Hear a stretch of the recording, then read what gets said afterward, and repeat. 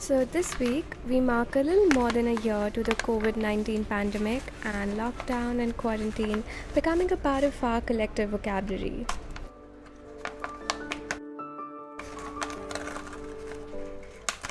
If there's one thing that all of us could remove from the year 2020, it would definitely be the virus in an instant. But since we can't, so we try to look at the silver lining instead, which could be a little difficult, but as they say, with tough times come tough lessons. So in this video, I was hoping if we could chat about this. So here are lessons from lockdown. Alright, let's get started.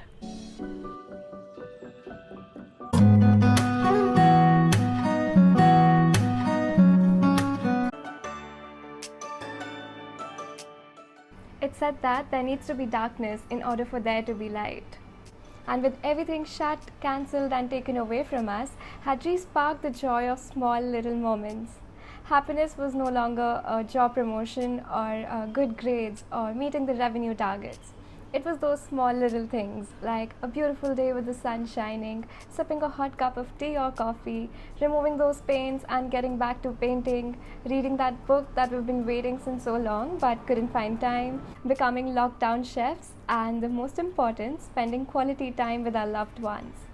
Week after week, there was a new trend on social media, from dalgona coffee, banana breads, TikTok challenges, and whatnot. But we've been in this together. I'm convinced that it was the sense of belongingness and community that made us believe that we are in this together, and the only way to fight this is by being together. And it was these small little moments of happiness that we have been taken for granted since so long, but we need to be grateful for it.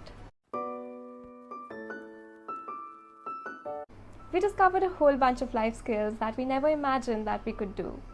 Cutting our own hair, cleaning greasy dishes, repairing faulty appliances, mopping the terrace, trimming the plants, whipping up amazing meals, we did it all. And this provided a more fresher perspective towards self-reliance, and who knew a pandemic would challenge our capabilities in such a way. In fact, it was this TED Talk in which Elizabeth Gilbert talks about how humans in the most crippling of circumstances possess the ability to bounce back into action, focus on solutions, innovate beyond the obvious, and tap into our latent potential.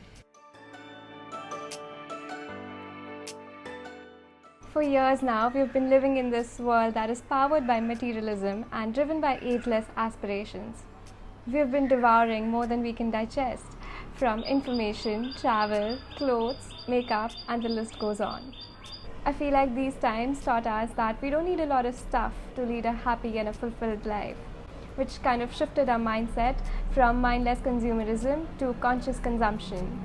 We spent weeks in probably 2 to 3 pairs of pajamas, ate the food that we prepared and not that was ordered, and we had no complaints. We enjoyed it thoroughly, and that's when we realized the pleasures of a simple life. On this channel, I also make videos about sustainable fashion, which speaks around the same philosophy. So if that's your jam, I would really love if you could check that out. I'll put the link in the description box below. You can check that after this video. Our country saw historically the lowest levels of pollution, bluer skies, cleaner water, smoke-free cities.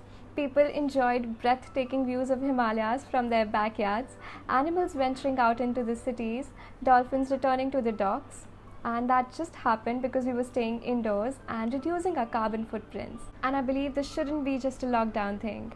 And the only way that it can continue is by collective effort, and when each of us realize our responsibility towards the planet, and the planet will thank us for doing it. And I've saved the best for the last. If there's one lesson that I could pick from all of it, it would be this. Troubled times help us focus on what's truly important and what we are truly thankful for. And as they say, feeling grateful and not expressing it is like wrapping a gift and never giving it. So here's top 5 things from my gratitude list. Roof over my head, food on my plate, loved ones around me, the essential workers, the frontline workers, doctors, teachers, but the list does not end there. Being grateful reminds us that how beautiful, special, and blessed our lives are, even when we are faced with the most challenging, stressful, and overwhelming situations. Alright, this is it. This was the last one. While we are still recovering and there are many states that are contemplating a second lockdown, I understand it could be bouts of stress and anxiety for all of us. But what I also believe is if there's a greater force than all of this, is our faith. And we are all in this together, and we're going to come out of this together. So let's be safe and let's be indoors. I hope you found this video helpful, and if it could help you out in any way possible, I would love if you could give this video a thumbs up. It would really mean a lot to me, and thanks for watching this video. I'll see you soon in my next video. Bye. I make videos on topics like sustainability and slow fashion, so if that sounds like your jam, please consider subscribing.